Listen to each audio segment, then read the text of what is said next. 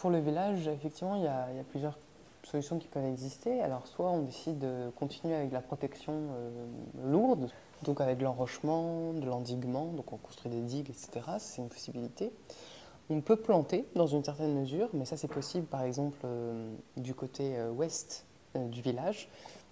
Sur le village, on est sur du littoral avec du béton, c'est pas possible de végétaliser. Une autre mesure, c'est le rechargement de plage. Donc on peut le faire avec, en allant chercher du sable dans la mer, mais on peut aussi faire la même chose avec des galets. Et ici on est sur une plage de galets, et on pourrait imaginer de rajouter un gros stock de galets pour reformer une grosse dune de galets. Donc ça marche dans une certaine mesure, mais en cas de grosse tempête, les galets ils vont partir.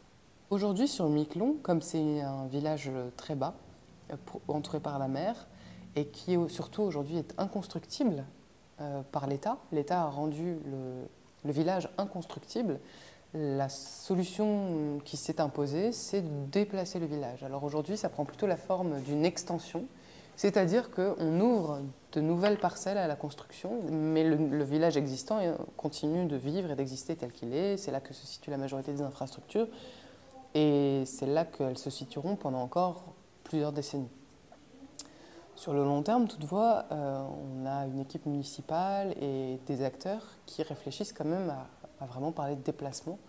Donc se posent énormément de questions. Par exemple, qu'est-ce qu'on fait du port? Qu'est-ce qu'on fait de l'aéroport? Où est-ce qu'on va déplacer? Il y a aussi tout le patrimoine, comme l'église, qui est ancienne sur l'archipel. Qu'est-ce qu'on fait des tombes, par exemple, aussi? Et c'est aujourd'hui en cours de réflexion.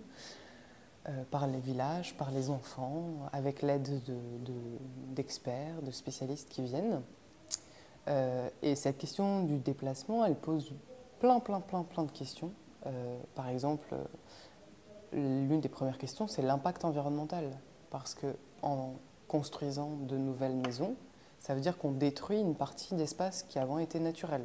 Ensuite, il y a une question technique, parce que là où ils veulent construire le nouveau village, c'est sur de la tourbe. Donc c'est quelque chose qui n'est pas solide. Ensuite, il y a des questions financières.